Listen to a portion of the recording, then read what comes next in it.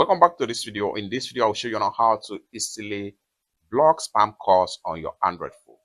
Let me show you how. The very first thing you want to do is to go ahead and open up your dialer.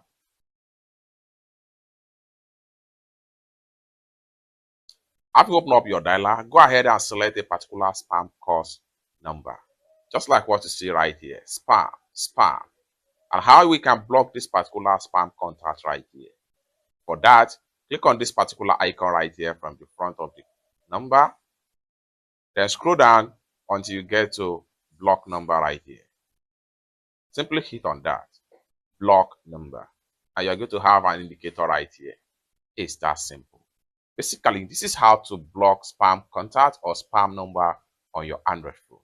For more tutorial, tips and tricks on how best to use your Android phone, consider to subscribe.